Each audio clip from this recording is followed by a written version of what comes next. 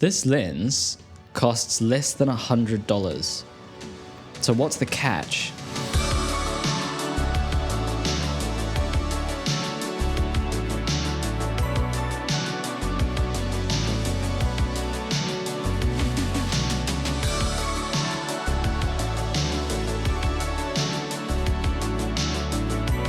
I swear, like, lenses must have the biggest price range of any tool. There's a decent used Porsche between this and a Master Prime, so naturally my expectations for it were kind of low.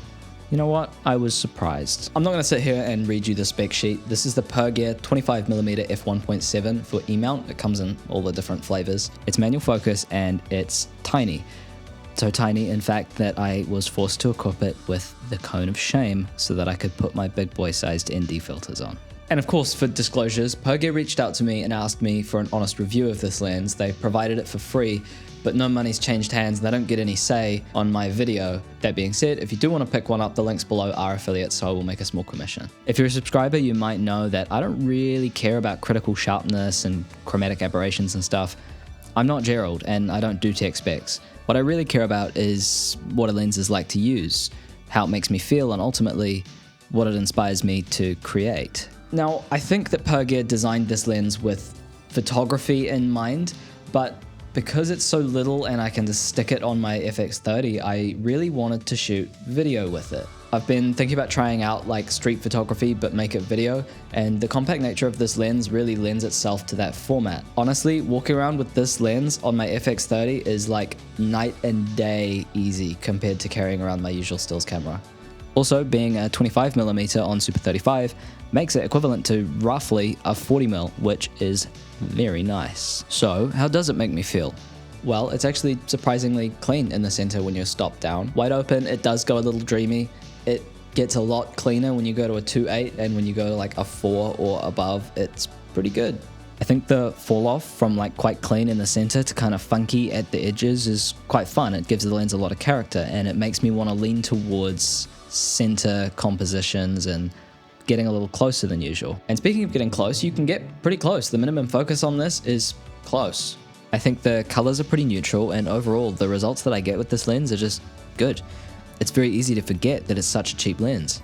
It's also built fairly well. It's all metal and it feels pretty robust, although I do wish the guys over at Pergear figured out how to change the default font on their laser engraver.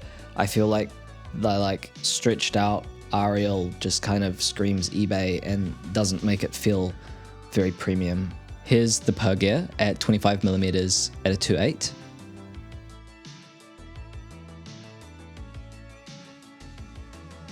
Here's my Sigma 18-35 at the same.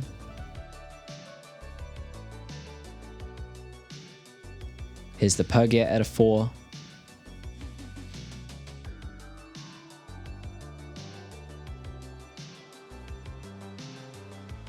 Here's the Sigma 18-35 at a 4.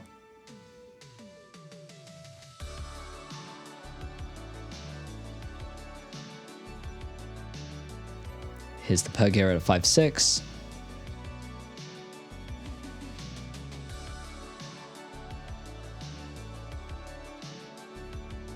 And here's the Sigma at a 5.6.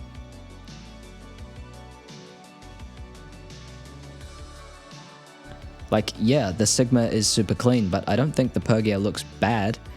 There are a few things I really don't like, though. I love that it's small, but sometimes when I'm focusing, it's a little too small, and it can be kind of cramped. The front filter thread being teensy tiny is understandable, but it's a little bit of a pain. I almost want Pergear to make like a cine version of this lens with a bigger front filter thread, gears for focus, and a declicked aperture ring. I think my least favorite thing about this lens is how it looks wide open. It gets pretty bloomy, and I usually don't mind that, but in this case it's less haze machine and a little more disposable camera lens. The funny thing about this lens is that it's embarrassing. Not because of the way it looks, but because of the way it looks. Like, you can get footage like this from a lens that costs less than the CF Express card the footage was recorded to. We've seriously run out of excuses now, guys. And that's kind of my favorite thing about this lens and about budget gear in general is it's like near to 25mm for Super 35, done. You just buy it straight. It's like the cheapest, it's not even an issue. And when you can buy it without really having to fret about it too much, you can spend more time learning how to make it look good. I had a life-changing experience a couple of years ago when I was left in a room unsupervised with a red Gemini for a couple of hours. And up until that point, I hadn't used anything fancier than like a Pocket 6K. It didn't take me very long to realize making stuff look good is 95% a skill issue. I remember I literally said to myself out loud, oh, I'm the problem. If you're also the problem, go ahead and like this video, subscribe to the channel so that we can hang out and improve our image creation skills together. Here's the thing about gear, especially in the online space and on YouTube where we need you to click on our videos, it's very easy to get caught in the best gear trap. And yeah, I get it, like gear can make a massive difference. Filming on the FX30 compared to my old Nikon from 10 years ago is a massive game changer for me. But it's important to remember that you almost definitely don't need the best gear. And it's important to remember that not having the gear is not an excuse not to be making stuff in the first place. In fact, I only bought the FX30 because my Nikon is starting to die and because I am learning cinematography so that I can aim at being a DP. If I didn't have those two specific solutions that I needed, I would still be shooting my YouTube videos on a D750.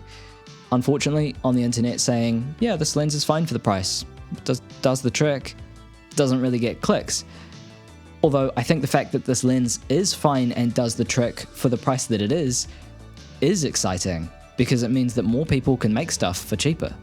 Do I want you to run, don't walk, to buy this 25mm lens from Pergear? Not unless you need a 25. But the thing is, when you do need a 25, this one's probably good enough. Obviously, if you're a professional DP, I'm not talking to you, but most of us aren't. If you want to do little travel vlogs or videos with your friends, or you want to make short films but your budget is tiny, there's nothing wrong with this lens. Yeah, this thing is decent and it's cheap and it's small. You could literally stick this in your pocket and you're fine. If you have a limited budget for filmmaking in the first place, I think it's important to remember that there's a lot more stuff you have to spend money on than a camera and a lens. Grip equipment, for example, tripods, C-stands, the lights to go on the C-stands, modifiers for the lights, editing software, filtration, microphones, audio, boom poles, wooden spoons. The amount of stuff that will creep up on you that costs money is insane. So instead of spending 90% of your budget on a really nice lens and then realizing you can't afford a light or a microphone, try one of these maybe. I don't know. Stay hydrated and create art. Merch links below, by the way. Huh? Look at that, I'm actually wearing my own merch. Please buy some.